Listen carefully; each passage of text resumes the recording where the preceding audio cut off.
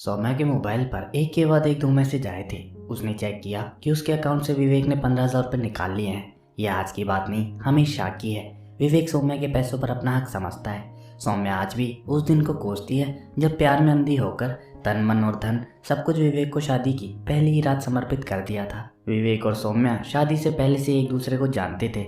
दोनों ने जब एक साथ जिंदगी गुजारने का फैसला किया तो उनके घर वालों ने भी कोई आपत्ति नहीं करी। प्यार में भीगी सौम्या ने पत्नी का फर्ज निभाते हुए अपनी आर्थिक स्वतंत्रता की बागडोर विवेक के हाथों में थमा दी। यह वही सौम्या थी जो शादी से पहले नारी मुक्ति और भी ना जाने कितनी बड़ी बड़ी बातें करती थी। शुरू के कुछ महीनों में तो सौम्या को कोई भी फर्क नहीं पड़ा। जब शादी के बाद वह पहली बार कुछ दिन रहने के लिए अपने घर जाने लगी तो उसने विवेक से कहा, विवेक मुझे कुछ पैसे चाहिए, अपने घर वालों के लिए मुझे गिफ्ट लेने हैं। विवेक हंसते हुए बोला, क्यों अपने घर वालों के ऊपर एहसान चढ़ा रही हो? बेटियों से कोई कुछ भी नहीं लेता। रही बात पैसों की तो जान अपने घर जा रही हो, वहाँ की तो तुम प्रिंसेस हो, तुम्हें क्या जरूरत पड़ेगी? अरे यार मेरे भी तो कुछ खर्चे होंगे, सौम्या बोली। शादी से पहले तो मैंने कभी अपने मम्मी पापा के आगे हाथ नहीं फैलाया, तो अब क्या फैलाना अच्छा लगेगा? विवेक ने सौम्या को 5,000 रुपये तो दे दिए, मगर ऐसे जैसे वह कोई एहसान कर रहा हो। पहली बार सौम्या को लगा कि शायद विवेक को अपना डेबिट कार्ड देकर उसने गलती कर दी है, मगर घर जाकर सौम्या मौज मस्ती में सब भूल गई। सौम्या अपने पापा की लाडली थी, इसलिए जब वह वापस आई तो उसका पर्स नोटों से भरा था।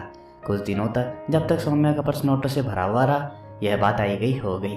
फिर अगले महीने जब सौम्या को पार्लर जाना हुआ तो उसने विवेक से पैसे मांगे तो विवेक ने 1,000 रुपये पकड़ा दिए। सौम्या ठुनकते हुए बोली, यार इतने पैसों में तो कुछ भी नहीं होगा, कोई भी फेशियल 1200 से नीचे नहीं है, और फिर मुझे वैक्सिंग, आईब्रोज, ब्लीच भी करवानी है, और मैं तो बालों को हाईलाइट कराने की भी सोच रही थी। इससे पहले कि विवेक कुछ बोलता सौम्या की सास कल्पना बोल पड़ी, अरे मेरा सौम्या बेटा वैसे इतना सुंदर है, पार्लर जाकर अपनी नैसर्गिक खूबसूरती को खत्म मत करो। सौम्या ने विवेक की तरफ देखा तो वह बोला, बस आईब्रोज और थोड़ा हेयर ट्रिम करा लो और बाकी पैसे तुम्हारे। सौम्या को कुछ समझ नहीं आया कि कैसे रिएक्ट करे, अतः वह चुपचाप पार्लर चली गई और थोड़ा सा काम कराकर मार्केट चली गई। वेस्ट साइड पर बेहद खूबसूरत कुर्ते आए हुए थे। एक कुर्ते को देखकर सौम्या की नज़र ठहर गई। ये कुर्ते पर लाल फूल थे और लाल फूलों वाला प्लाजो व लाल और ग्रे रंग का दुपट्टा। जब सौम्या ने रेट देखा तो 1500 का टैग देखकर उसने ठंडी आह भरी। घर वापस आकर जब सौम्या ने विवेक को सूट के बारे में बताया तो वह बोला, तुम्हारी इसी फिजूल खर्ची को रोकने के लिए तुम्हारा डेबिट कार्ड मैंने अपने पास रखा है। कल्पना भी मीठी मुस्कान बिखेरते हुए बोली, बेटा शादी के बाद तेरा मेरा कुछ नहीं होता, बस हमारा होता है। मेरी सारी साड़ियाँ तुम्हारी है, ऑफिस में बदल बदल कर पहना करो। सौम्या मन महसूस कर रह गई, वह कैसे कहे कि वह इतनी चमक दमक के कपड़े पहनना पसंद नहीं करती।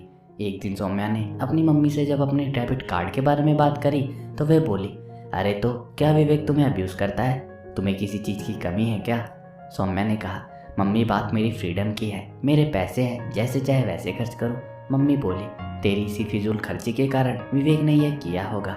सौम्या को लगने लगा था कि शायद वही गलत है, विवेक सही है, मगर रोज उसे विवेक के आगे हाथ फैलाना अच्छा नहीं लगता। जब कभी भी वह विवेक से अपने डेबिट कार्ड को वापस करने को बोलती तो वह हमेशा कहता, अगर मैं गलत कर रहा होता तो तुम्हारे मम्मी पापा क्या ऐसा होने देते? मगर सौम्या को यह गुलामी वाला जीवन रास नहीं आ रहा था।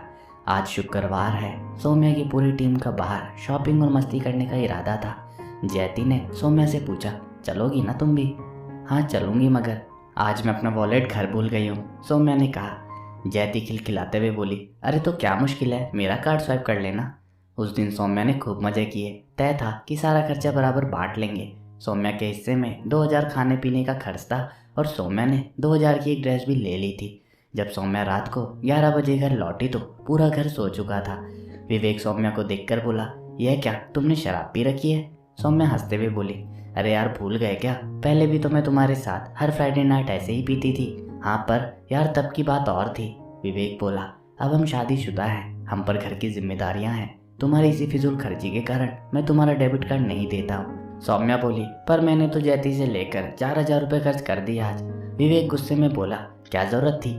जयती जैसी औरतों के आगे पीछे कोई नहीं है, उन्हें तो तितली बनकर उड़ने का शौक होता है ताकि नया शिकार फंसा सके।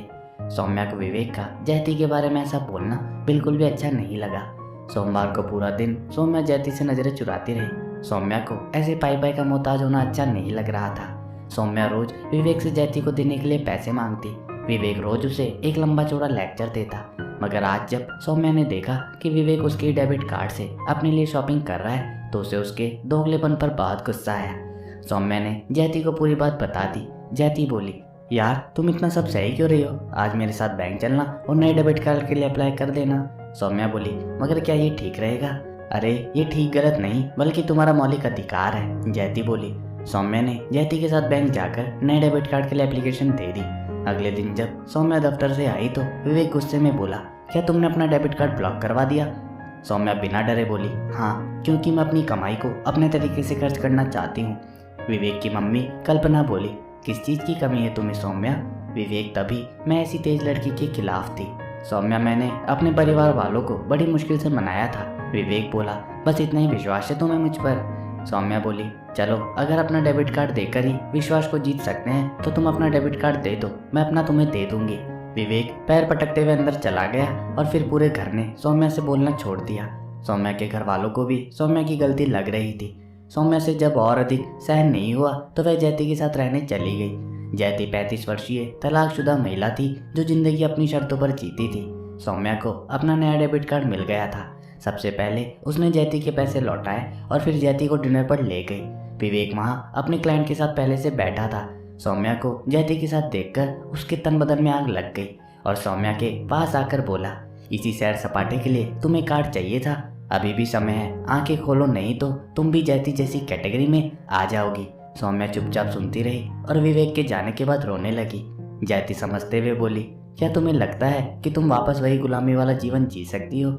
यदि हाँ तो बेशक वापस चली जाओ। सौम्या रुआंसी आवाज में बोली, मैं विवेक को क्या समझती थी और वह कैसा है? जयती ने कहा, खुद को खोकर अगर तुम विवेक को पाना चाहती हो तो आज ही चली जाओ, मगर अपने लिए खुश होना है तो कुछ ऐसा विधा जरूर होगी, मगर परिणाम सुखद होगा। सौम्या को विवेक ने पहले डराया धमकाया, मगर जब बात नहीं बनी तो उसने फिर से बहलाया फुसलाया, मगर जब सौम्या टस से मस नहीं हुई तो विवेक भी डर गया।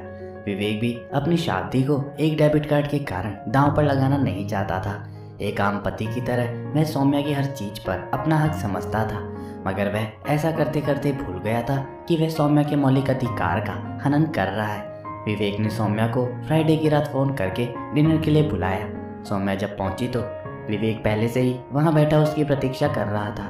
विवेक सौम्या से बोला, सौम्या, आई एम सॉरी, मैं शादी के बाद अपनी सीमा रेखा भूल गया था। सच पूछो तो जब तुमने मुझे अपना डेबिट कार्ड खुद ही दे दिया था तो मुझे लगा कि शायद मैं तुम्हारी पूरी जिंदगी को अपने हिसाब से कंट्रोल कर सकता हूँ। बिना मेहनत करे तुम्हारे डेबिट कार्ड से पैसे निकलवाने में मुझे मजा आने लगा था, मगर मैं गलत था, यह मुझे एहसास हो गया है। सौम्या बोली, इसके लिए हमें जयती का शुक्रिया अदा करना चाहिए जिसने मुझे मेरे हक के लिए खड़ा होना सिखाया, वरना मैं तो समझ रही थी कि तुमसे अपनी कमाई पर अपना हक मांगकर मैं कुछ गलत कर रही हूँ। तभी वेटर बिल लेकर आया तो विवेक बोला, मैडम क्या आप आज इस बिल को स्पॉन्सर करना पसंद करेगी?